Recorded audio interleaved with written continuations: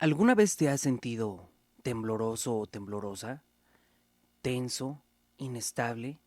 ¿No puedes dormir cómodamente? ¿Te sientes nervioso o nerviosa? ¿Muy angustiado? Déjame comentarte que estos son síntomas de ansiedad. ¿Sabes lo que es la ansiedad? El día de hoy, en este episodio de Sorry, Not Sorry, vamos a hablar sobre la ansiedad. ¿Cuáles pueden ser sus causas? ¿Cómo se puede manifestar en nuestro cuerpo? ¿Cómo se puede manifestar también en nuestra mente o en nuestro actuar de nuestro día a día? Quédate y comenzamos con Sorry, Not Sorry, de podcast.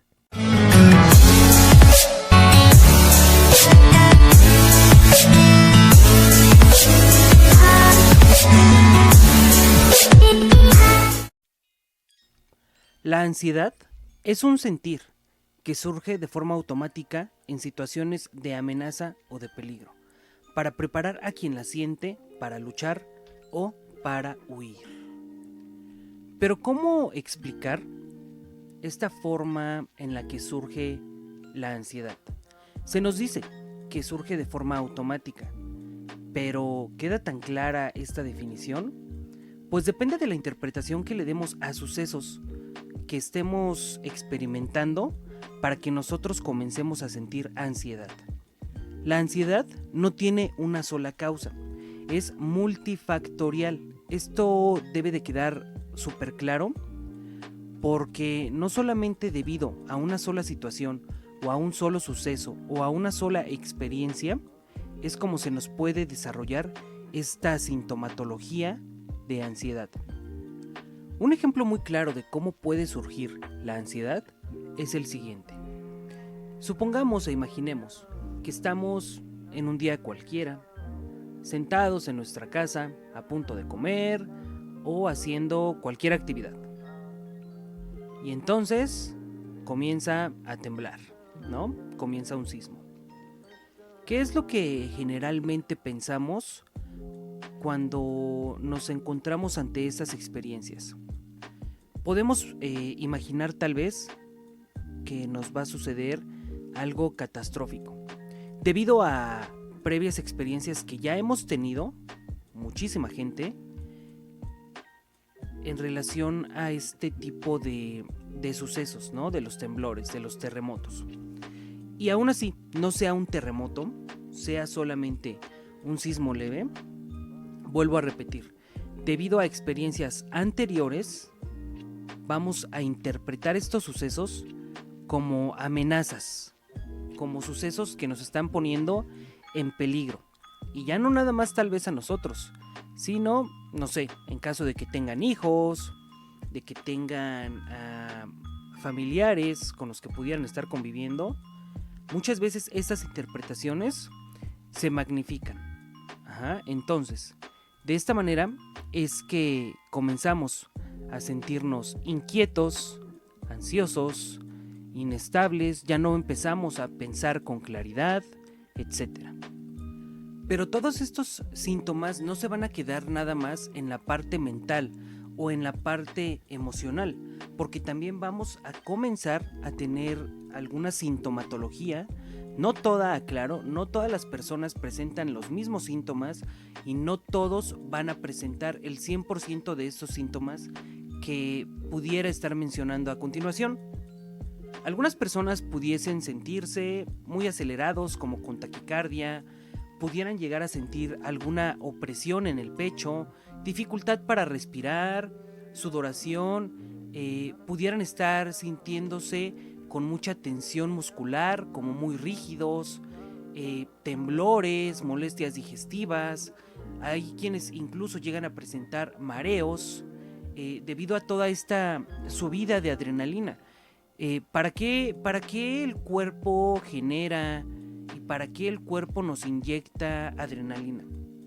Ante cualquier interpretación de amenazas de peligro, pues el cuerpo lo que va a intentar es protegernos. Entonces se libera adrenalina para proteger a los músculos y para que los músculos puedan moverse y puedan tener algunas reacciones que de otra forma sería un poco difícil presentarlas, ¿no? Volviendo a este ejemplo del temblor, tal vez una persona necesite bajar 2 pisos rapidísimo, que no es lo recomendable, pero muchas veces es el efecto que nos llega a causar esta parte de tener miedo, ¿no? O si nos vamos a otro ejemplo, cuando una persona se va a pelear por X o Y motivo, pues también va a tener una inyección de adrenalina en su cuerpo. Debido a esta interpretación que está teniendo, si una persona por cualquier motivo necesita llegar a, pues no sé, a pelearse o vaya, ¿no? Vivimos en una ciudad con altos índices de delincuencia, tristemente, y pues a quien tristemente, y espero que a nadie le haya tocado, haya pasado por algún asalto, después nos duele el cuerpo, nos duelen las piernas, queremos dormir, pues es debido a esto mismo. Se le da una interpretación de peligro a este tipo de sucesos, para lo cual nuestro cuerpo únicamente intenta protegernos. ¿Cómo? Mediante estas inyecciones de adrenalina que surgen de forma automática. Ni siquiera nosotros lo pensamos, como decirle a nuestro cuerpo, necesito adrenalina, dámela, ¿no? Esto, repito, tiene que ver con procesos automáticos que nuestro mismo cuerpo nos ayuda a tener. ¿Y para qué nos ayuda a tener? Pues para protegernos de todas estas situaciones que nos pudieran estar poniendo en una amenaza real o en un tipo de amenaza que nada más nos estemos imaginando, porque es lo que llega a pasar también muchas veces en casos de ansiedad. Hay veces que una persona con ansiedad no sabe ni a lo que le teme. Hay quienes definen la ansiedad como tenerle miedo al mismo miedo. Y superponiendo algún otro ejemplo, no nada más necesitamos estar experimentando sucesos para poder estar experimentando también la ansiedad. Hay cuestiones que nos llevan a recordar ciertos sucesos o, como se comentaba en el episodio pasado, la misofonía puede ser causa de ansiedad. Las personas que tienen misofonía, o que tenemos misofonía, mejor dicho, al estar ante ciertos estímulos, podemos presentar ataques de pánico, lo cual nos lleva a nuestro siguiente punto. ¿Qué son los ataques de pánico y cómo se manifiestan? Y los síntomas que voy a estar enlistando pues son muy parecidos y se pudieran estar presentando de forma en conjunto cuando una persona experimenta un ataque de pánico. Y los síntomas son los siguientes: falta de aliento o tal vez hiperventilación, temblores corporales, entumecimiento o sensación de hormigueo en las extremidades, palpitaciones cardíacas, náuseas o malestares estomacales, sudor y escalofríos, dolor en el pecho, sensación de estar como fuera de la realidad, mareos, desmayos, hay quienes se llegan a sentir aturdidos y hay quienes en casos muy extremos llegan a sentir miedo a morir, miedo de perder el control o incluso llegan a pensar que se están volviendo locos. Y hay quienes comienzan a presentar tal vez uno de estos síntomas y este síntoma va a desencadenar que comiencen a presentar todos los demás síntomas. Aclaro y vuelvo a repetir, no todas las personas que lleguen a experimentar ataques de pánico o ataques de ansiedad van a presentar los mismos síntomas. Hay quienes llegan a presentar tal vez 2 síntomas, hay quienes llegan a presentar 3 síntomas, etc. Esto depende de cada persona y sobre todo depende de cómo las personas nos estemos relacionando con este tipo de trastornos, con este tipo de padecimientos. Debemos de comprender y debemos de comenzar a tener como cierto tipo de educación hacia este tipo de situaciones, porque son problemas muy habituales. Son problemas muy habituales a los cuales no les damos mucho peso y sobre todo en los cuales todavía existen muchos tabús.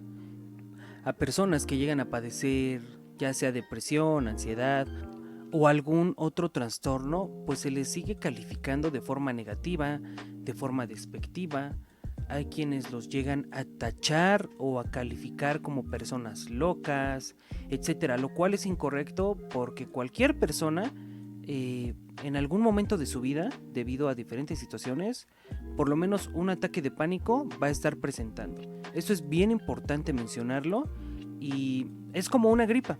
Es como una gripa. No hay una persona en el mundo que no tenga gripa, ¿no? Por lo tanto, es muy importante hacer conciencia sobre este tipo de trastornos, de situaciones, sobre todo para generar muchísima empatía para las personas que las tienen y que en dado momento pueden estar llegando a presentarlas.